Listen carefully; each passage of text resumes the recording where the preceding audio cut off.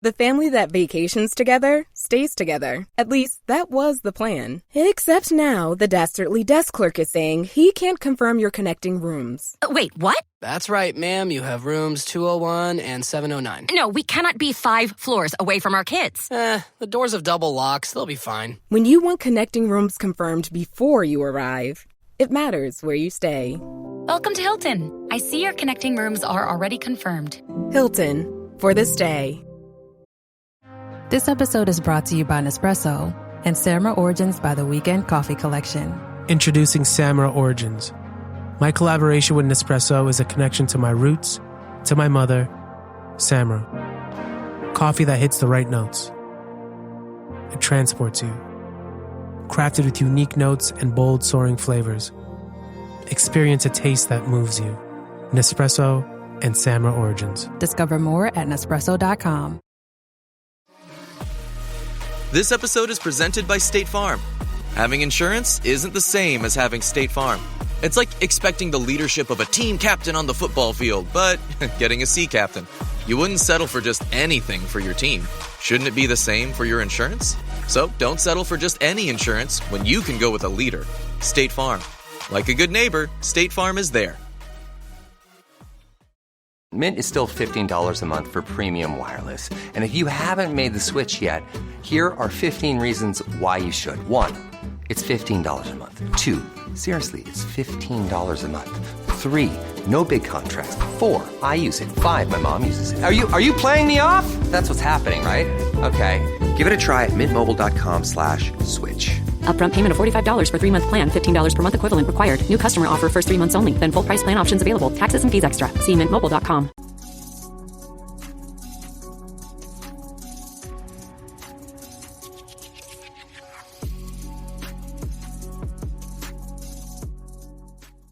Q, what's going on with this, man? You too old to be a YN. What's happening? Listen, we was in Vegas and we just ran up on some of the locals and told them, "Hey, check it out." We and we got one, but we came back home with that W. I'm never too old to be a YN for the Bears, as long as it resulted in a win. No cap on that one. For those that are listening, audio only, Q was in all black, sporting the shiesty with gloves. I ain't leaving no fingerprints. and the OJs. He's making sure that if there's anything left behind, it's only the DNA. But yeah, Q, that's a good way to start the show, man, because the Bears definitely got away with one. They stole that. You know what? I don't feel the least bit guilty. Non-Bears fans, oh, lucky, oh, fluke. You know what? Last year, we lost a game on a blocked field goal. Last year, we lost a game on a Hail Mary. Last year, we lost a game on mismanaging timeouts. I don't feel guilty because I feel like this is just the universe balancing itself out, and it's karma for what Eberflus did to us last year. We deserve it. Say that shit again, man. We definitely it's been too long. We didn't give too many gifts to everybody else in the league. It's time we start getting some gifts. I'll take Christmas in September. What about you? Give me Christmas every month. You're right. I want gifts all the time. I want the Bears to get treated like how Tiff treats the month of September. Her birthday all month long. Is she still out Virgoing Vegas? Yeah, man. She a little mermaid right now, man. Every time she posted, she was in the water in somebody's bar. Was she a mermaid or was she a fairy? Because I think last month they were all fairies. You're full of shit. Hey, you know what? She might be the first ever. That was all on TikTok. The little fairy trend and the fairy song. I thought she was going to be the next Sexy Red. I don't know who sung that song, and all I know is I got tired of hearing that damn sound. Somebody from Wisconsin. Well, okay, that tracks. Definitely makes sense. There's a lot of non-talented people and things in Wisconsin right now. A lot of fraudulent things and fairies. Apparently, some of the fairies play in the Packers defense. Is that right? You know what? It's a new era because it used to just be quarterbacks. Packers fans been jumping up and down, screaming about 2-0 and Super Bowl, here we come, and you struggle with the Cowboys to a tie. They didn't struggle. They damn near lost. In fact, I'm gonna call. You know what? You lost to Dallas if you tied with. That is a loss. You're right. They didn't struggle. It was two teams on equal footing having a game at themselves. Two equally talented football teams. Didn't we just beat that team by more than 2 touchdowns and pretty much kind of dominate them. Belt. I think we even pulled starters in that game. Didn't need to play the whole start. In fact, we didn't even have a team full of starters. Right, we don't have our starters because half of them are still hurt. Sucks to be Packers. They had a team full of starters and gave up 40 to the Dallas Cowboys. Whoop-de-doo. But yeah, some people might say the same thing for the Bears. You know, this game against the Las Vegas Raiders was just two teams, equal footing, having a little struggle match. Call it what you like. Oh, I'm not apologizing for a win. You get them how you get them. Yeah. Sundays are difficult. And if you can exit Sunday and have a win to talk about on Monday, you did a damn good job. I don't care how it happened. Unless you're Skylar Thompson. His team exited Sunday with a win. They're talking about win on Monday, but he took an L. He took an L on Sunday. What did Skylar do? What happened to Skylar? Well, over there I guess he went down the wrong block in Dublin, Ireland, and got hit over the head. They ran his pockets over there. Not American friendly. They will get down on you. Skylar, he has a. Is that like that's like a Irish or Scottish name, isn't it? He thought he was good there, didn't he? Well, what is Skylar? I don't know. I have no idea the origins of the name Skylar. I would not think it's old country. I would think that's definitely an American creation. You could be right. Well, you got to stay out them Irish streets. They drink and they fight. They ain't got no blickies, but they drink and they throw hands. Sometimes they don't even need to be drunk before they throw. They don't, but it's much better if you're drunk. You bleed more profusely and it hurts less. It has Dutch origins, by the way. I just had the fact. Dutch, yeah. Dutch origin. Wow. I guess he thought he was good over there, because the Netherlands isn't too far from the UK, and they sip tea with the finger out and have prime ministers.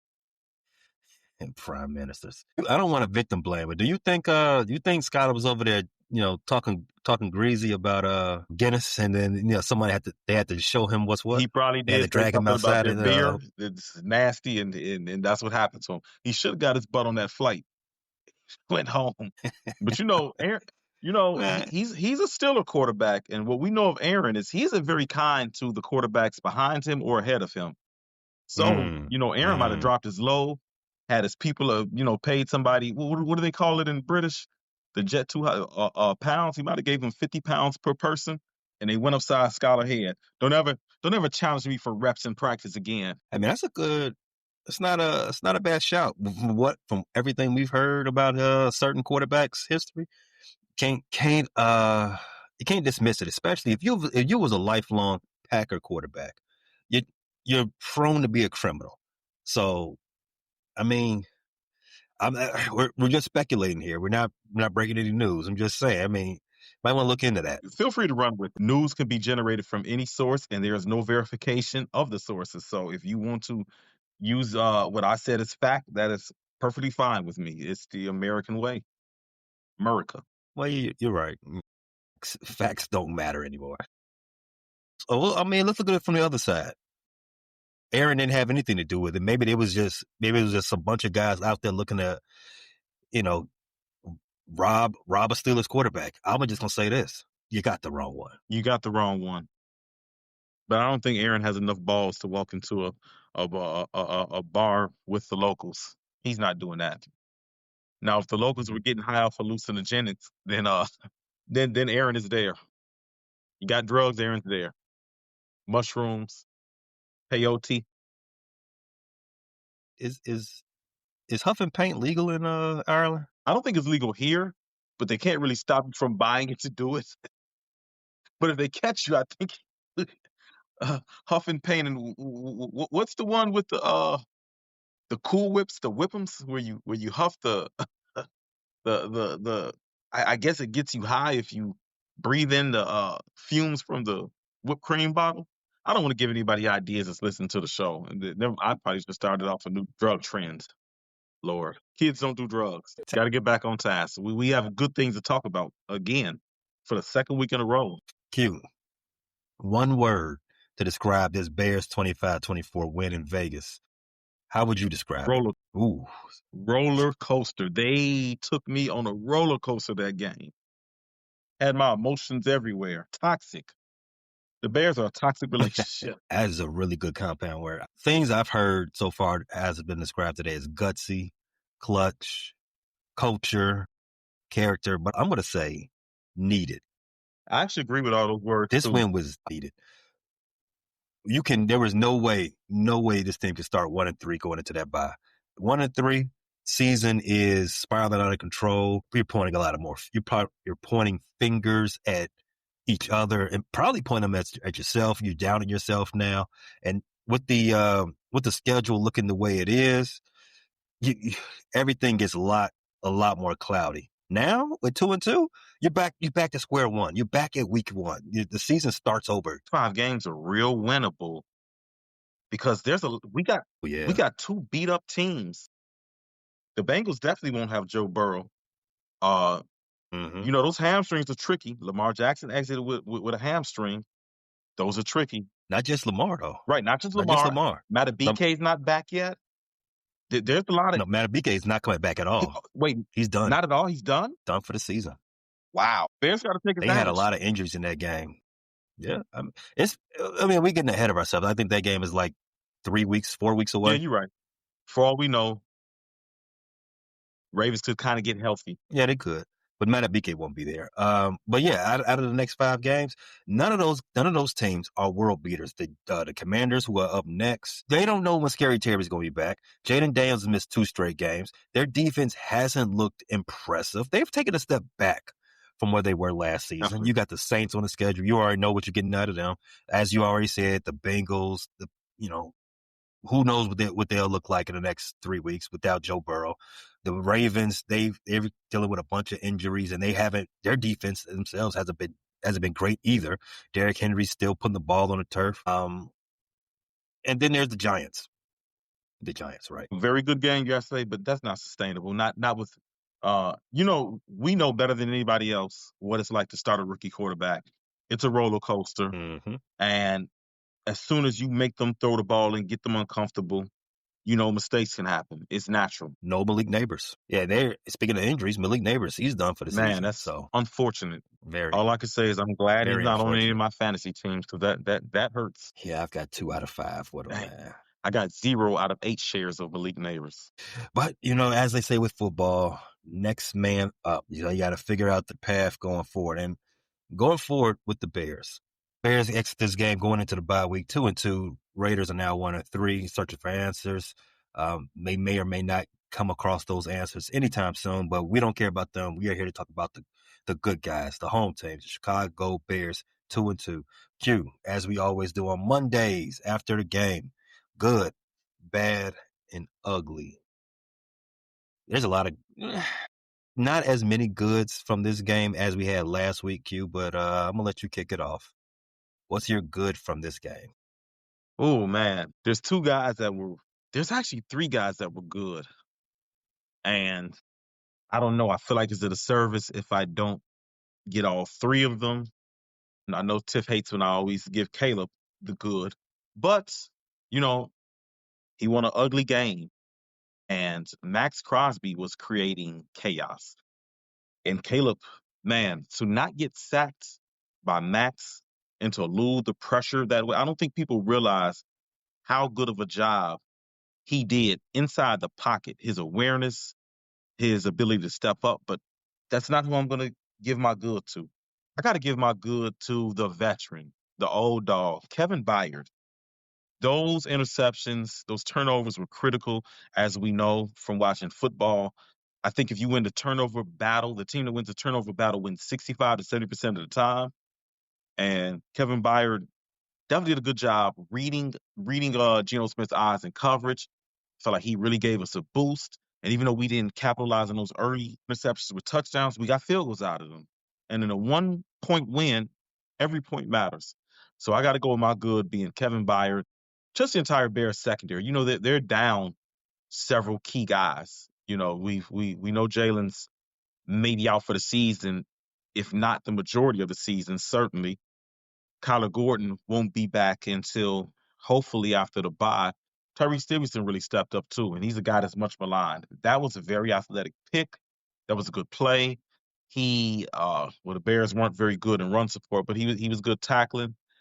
Um, my good has to be the Bears secondary, just timely plays and backups being there because I think McLeod got hurt too. We just had a bunch of guys who weren't expected to play a lot this year. So the Bears secondary is my good because I know the Raiders don't exactly yield a bunch of Pro Bowl talent at wide receiver, but Trey Tucker is a speedy guy. Had a very good game last week. Jacoby Myers is a very solid veteran, another guy with good speed. Brock Bowers is a dynamic tight end.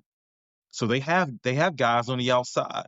And for the Bears to not allow that big throw, that back-breaking reception, got to give my good to the secondary and specifically Kevin Byard. Yeah, the secondary is a good shout. I had them on my list as well as I got Tory Taylor with a very clutch punt. That 62-yarder that dropped dead at the 1 yard line.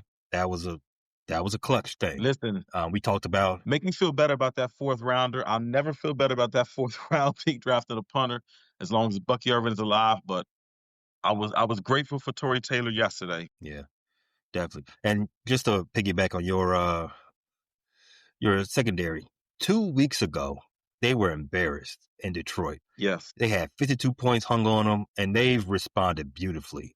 You mentioned Stevenson and Byard. They look like, they've answered the call. They've answered the call against the pass. Big hits, too. That's a good shout. Big hits. Yeah. And you said a couple weeks ago, those big hits, Byard laid one on, was it Turpin last week against the Cowboys? It was Turpin.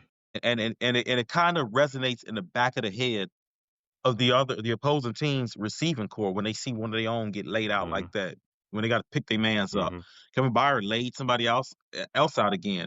I like to see good, clean hits to make a team think about it, not getting penalized, not leading with the crown of the head or hitting defensive receivers. It's a physical game, and the physical team wins. That's part of setting the culture, too. Make people pay for it. That's correct. You're not just going to get 20, 30-yard receptions and walk up, hop back up ahead to the huddle. No, you're going to pay for it. If you want it bad, you're going to pay for it, and you might have to leave the game. There was also versus the sideline reporter coming out of the halftime. There was that. You cannot discuss a win without talking about the Caleb's game-winning drive. His fourth game-winning or game-tying drive late in the fourth quarter. Fourth is his career. But you know what? I'm going to zig a little bit. My good is the Bears fans. Bears fans showed up in Vegas and they showed out. Shout out to Tiff. They took over Vegas, had a great weekend in the desert. Made me feel like one day I got to get on the Chicago takeover wave. We definitely need to do a preview from wherever the next Chicago takeover is.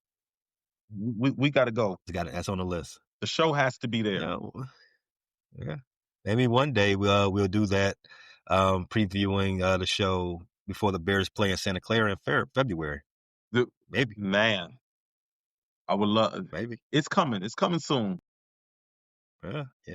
Yeah. So that's my good, man. I just love seeing all the. I got a lot of friends or acquaintances, all up and down my social media, showing up in Vegas. Some of us at the game. My boy Bullet. He was at the game. I never get tired of seeing people waving the flag.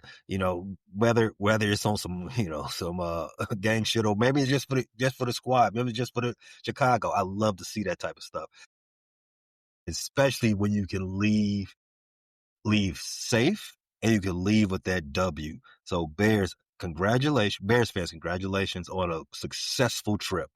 Because there's been some child takeovers that didn't end with all the good feels. You started with the vibes and you didn't leave with the vibe. But this one, all roses. Shout out to the fan base. We haven't had the most success in this decade, but I will say fan base may complain, but the fan base for the Bears is pretty unwavering. We're going to pack Soldier Field.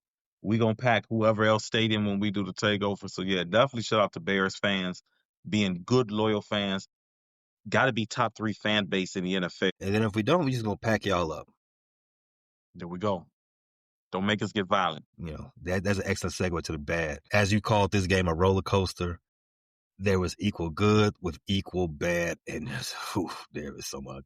But bad on my list, I've got the fake trick plays. They were kind of funny to me. You got Swift and the Russian offense. You got the rushing defense. It was a lot of bad, but I'm gonna stick with the rushing defense here, Q. I think that was the cream of the crop of the bad from this game. Um, everybody said it. Everybody. This could be the week that Jonty breaks out. And Jonty broke out. He literally broke out. 3 scores in which there was a point of attack tackle missed. He just broke. It's bad. The dude is built like Jerry from the Tom and Jerry commercials, and no one put a hat on him. Yeah, muscular Jerry on the TRT. That's what Jonty is built like. First touchdown. After they got done glazing Noah Sewell, he couldn't wrap up Jonty in the flats. It made no sense. Why does he have that neck roll on? But bro, you supposed to be laying shit out if you got a neck roll. Yeah, you know what? The neck roll is for badasses. The badass 80s, 90s linebacker. Come on, man. When I think of the neck roll, I don't think Urlacher wore one much of his career, but I think of Urlachers. I think of Brian Cox. Brian Cox, yeah, not the Brian Cox that came to Chicago, the one that was in Miami, dealing pain to ball carriers in the hole. I think of guys like Luke Kuechly. I think of Patrick Willis. That's my neck roll. Once I get my hands on you, you're going down. He looked like the neck roll version of Brian Bosworth, the Seahawks bust that got ran over by Bo Jackson. Can somebody take Noah Sewell's neck roll? You don't deserve it. Why they was doing all Adam Archuleta. He didn't. I don't pay that much attention to the on game call because I'll be locked in on what I'm looking at, and I'll be doing a lot of rewinding and fast forward and all that stuff too. But they was all on Newell the play before the touchdown. Like, oh yeah, it was great coverage. I'm looking at it like, like he tripped and it was just a bad pass.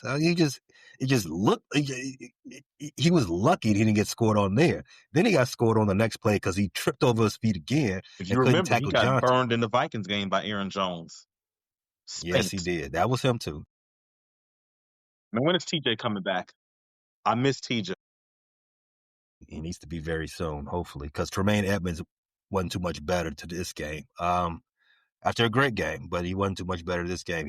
We have to address the linebackers run fits, because I think that's obviously we got to improve along the defensive line, but for 2026, we got to get better linebackers against the run. There's just not enough tackles being made at the line of scrimmage and behind the line of scrimmage by the linebackers. I don't know if it's got to be an instinct thing.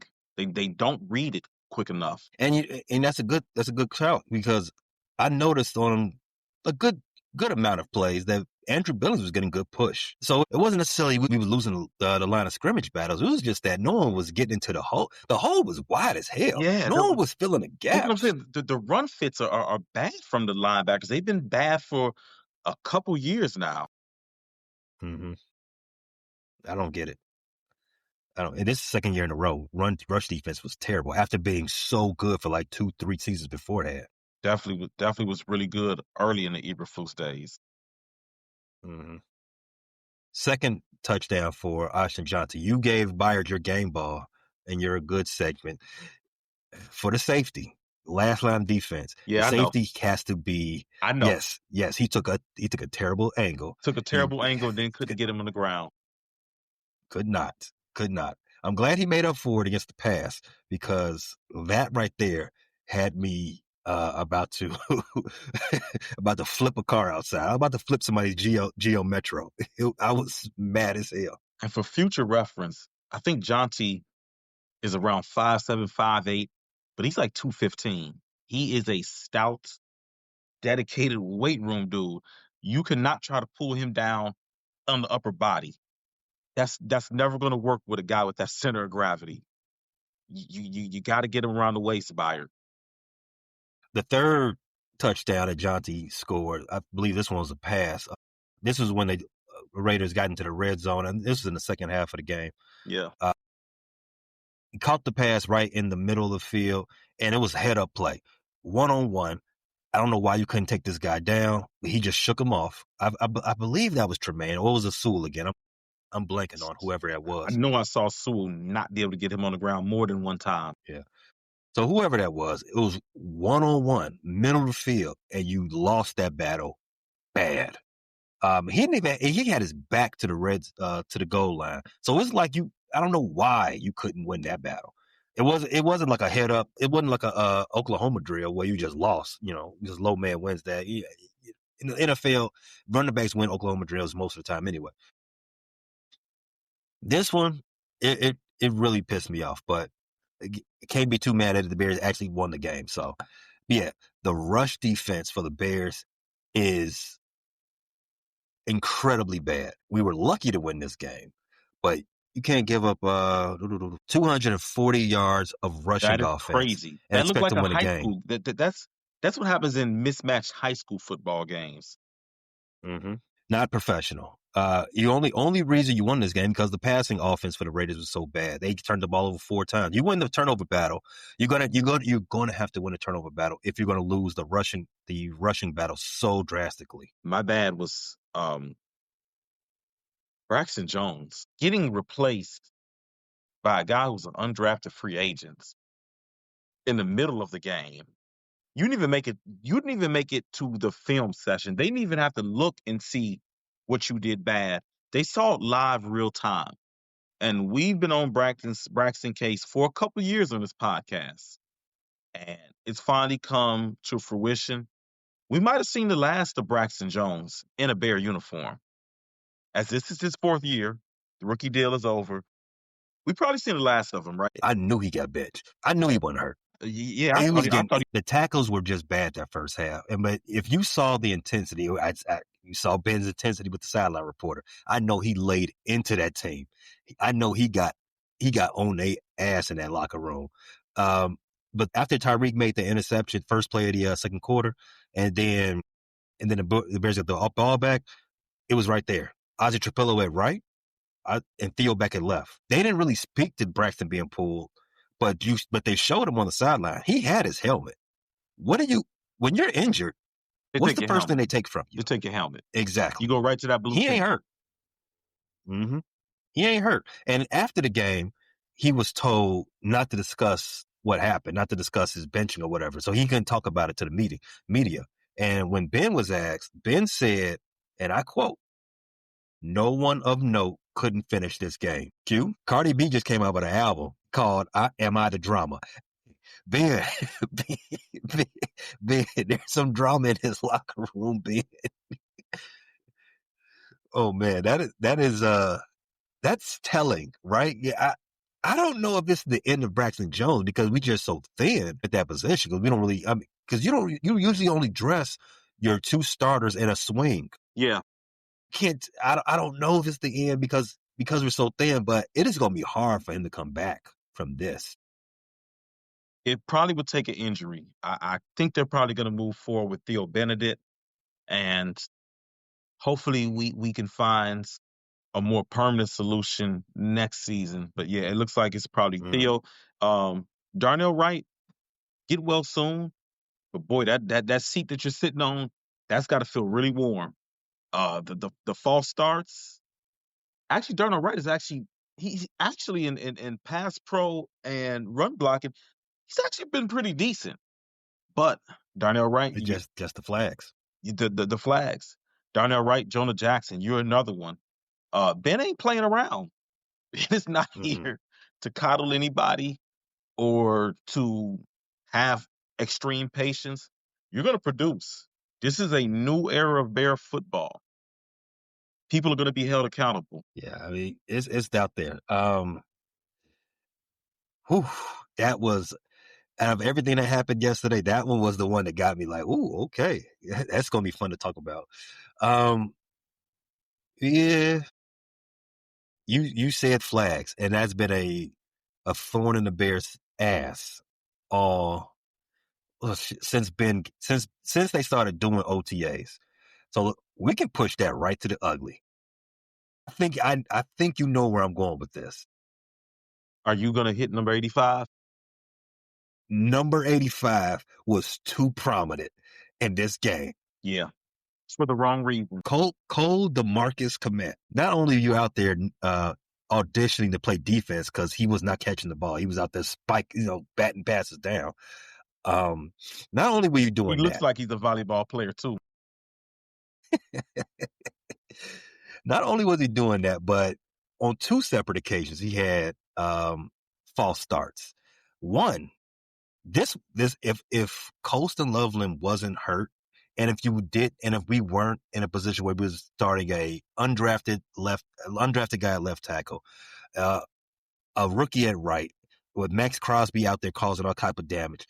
If we weren't in that type of position, Cole would have been yanked at this point. Man. At this point, he would have been yanked the same way Braxton got yanked. It was 4th and 1 after an injury timeout. We get out there and false start, number 85. How many times has we seen this team get flagged coming out of a timeout, coming out of the halftime, coming out of a change of quarter? It's situations in which you should already have, you already know the play, you know the cadence. It's no type of stadium noise you got to deal with. You're already processing what you need to do, and you still F up. At that point right there, I'd have been like, hey, 85, you're done for the day. Go ahead, hit the shower early, bro. Every time you see a mistake, Ben Johnson's head gets redder and redder and redder. And I know Ben is on their asses. Eventually people are going to start paying the toll for penalties is going to be your playing time, because I don't think Ben is, like I said, Ben ain't effing around. So yeah, the Cole Kmet thing. I mean, besides dropping the ball, I don't hold the one up. First of all, Caleb threw an incredible ball towards the sideline, escaped. It was just incredible. I don't hold that one too much against Cole because that was a tough one. But man, dropping that ball in the middle No, I got to cut you off, Q. My bad. But that one right there, if it wasn't after the first drop, I would be with you. I wouldn't hold it against him. But the pass was at a spot where only Cole Kmet could catch the ball, right? And he got both thumbs in, and the pass hit him in between both palms. You got to bring that in, guy. I'm sorry, man. You a professional football player. That's a pass you got to catch. I don't care how difficult you. If I'm correct, Cole Kmet is one of the top 10 highest paid tight ends in the league too. You are correct. You a veteran here. This is Cole's 5th, 6th year here. I mean, he's been here since the Nagy regime. Yeah. So, but the one in the middle of the field, that one is just absolutely inexcusable. If he didn't score, because the momentum was leading towards the end zone, even though there was a safety over him, Cole's a big dude. He was going to be inside the 2. The next play, I think Caleb got sacked for was it Caleb that got sacked, or was that the bad snap? I think that was the bad snap the next play. Cole Kmet dropping that ball snap took them out of field goal position. Took points off the board. The Bears red zone offense, that could be also ugly too. And there was a lot of issues. Now, with their ability to convert in the red zone, whether it be on 3rd down, you got Caleb having to he was getting sacked. He had that errant snap. You had the flags.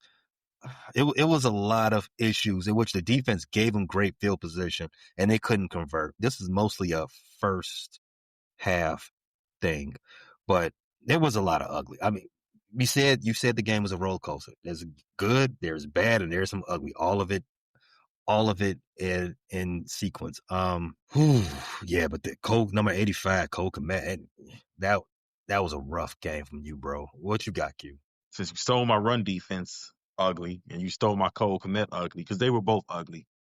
I mean, they're ugly as in 5 shots, 2 a.m. You're still not leaving the bar with me ugly. They're that ugly. But even uglier, maybe 7 shots, comatose, still not leaving the bar with you, was the Bears running game.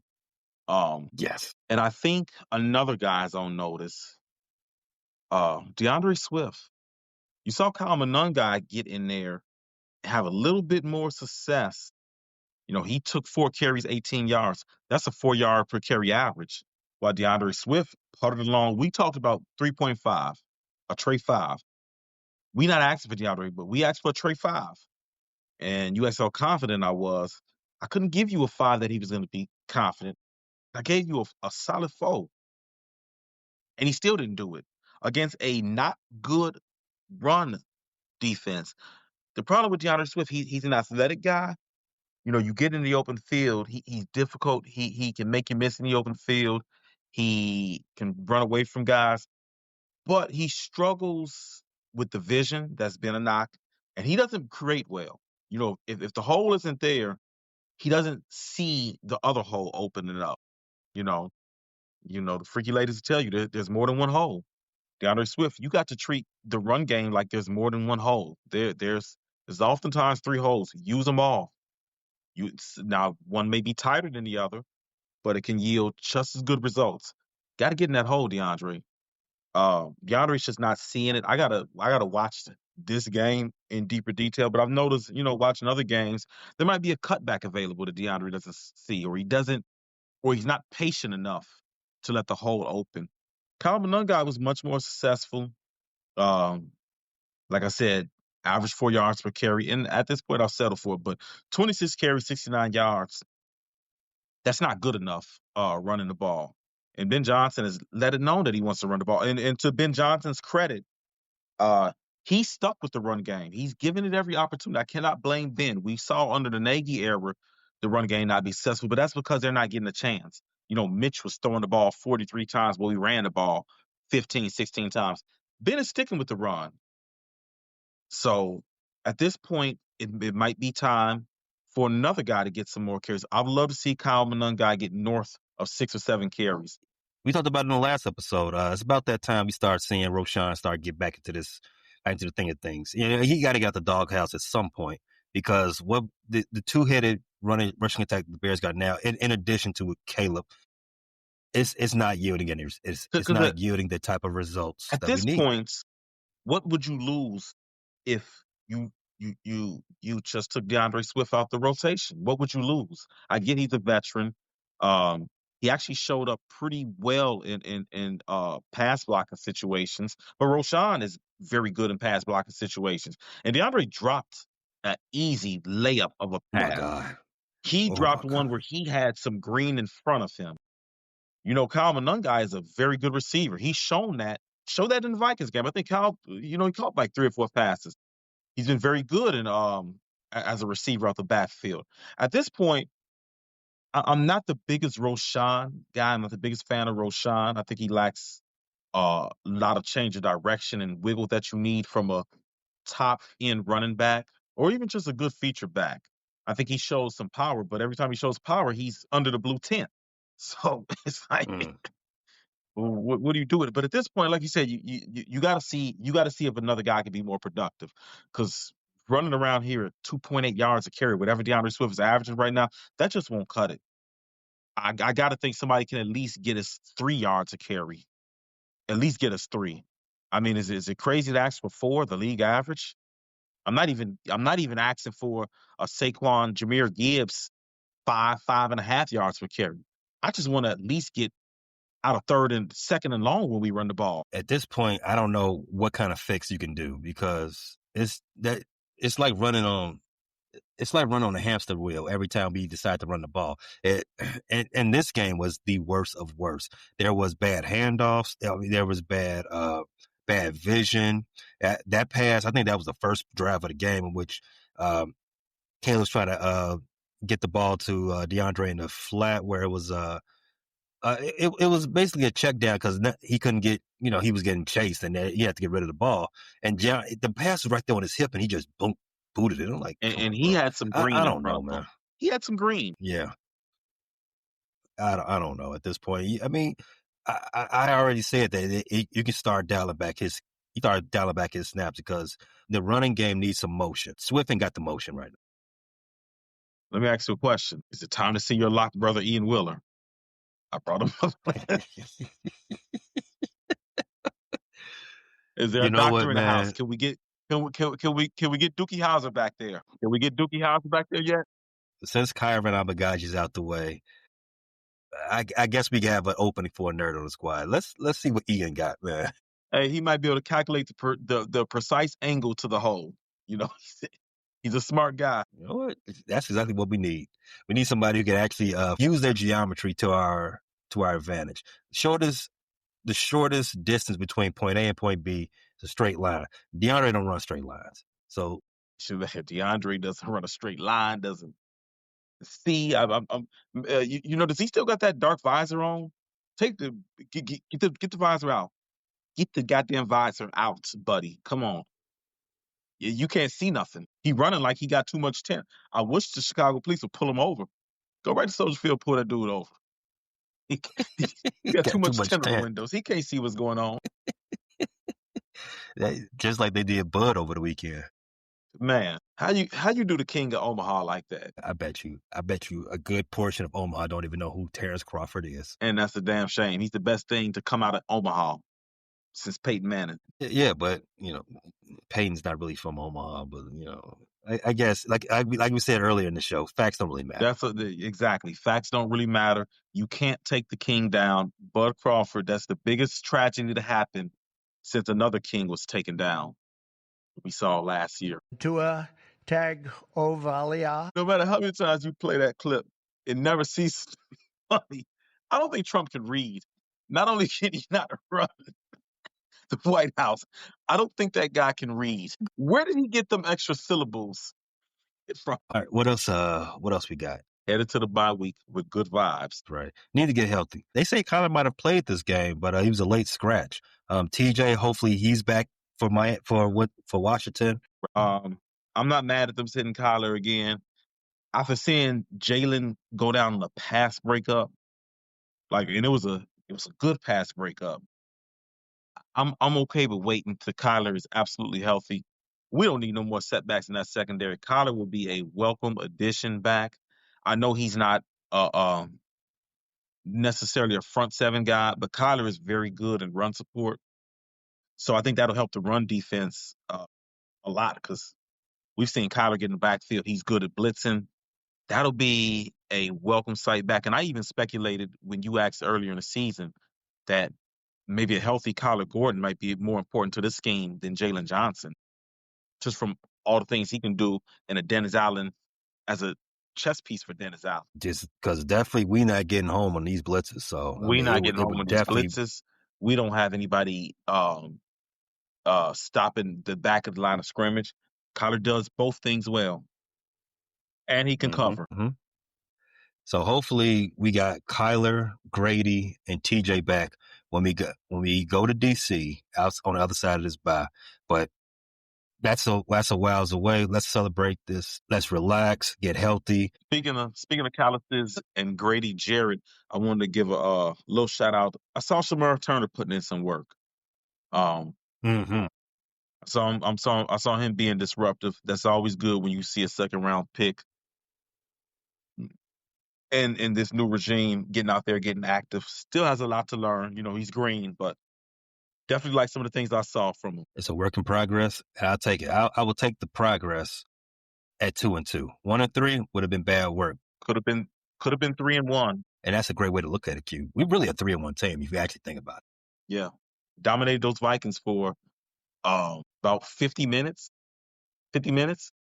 And then we let JJ 50 out of 60. Yeah, then we broke down the last couple minutes. And I think that game was a great learning experience. That is an example of how we've grown, by the way. The Minnesota game looked like a lot of games under the Eberflus era. You put together a good half of football, a so-so half, and then don't know how to close the game out. The Raiders game looked like a turning point. We've been doing this show for 3 years. Almost the entire Eberflus era, since Eberflus' second year. Mm-hmm. How many?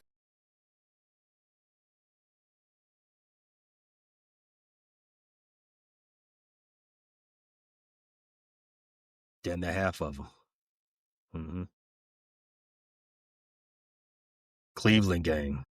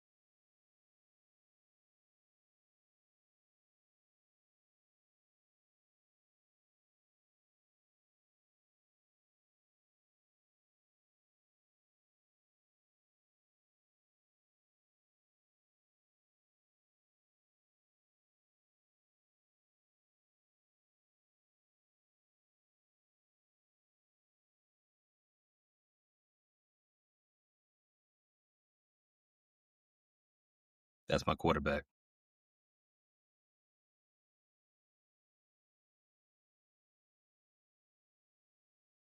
Mm-hmm.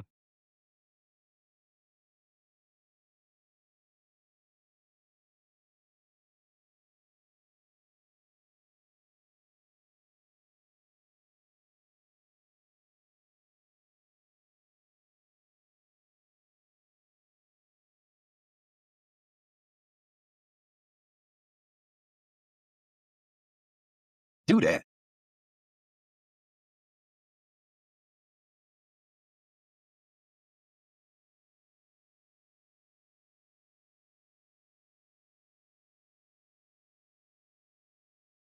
I think that's a great way to end the show right there.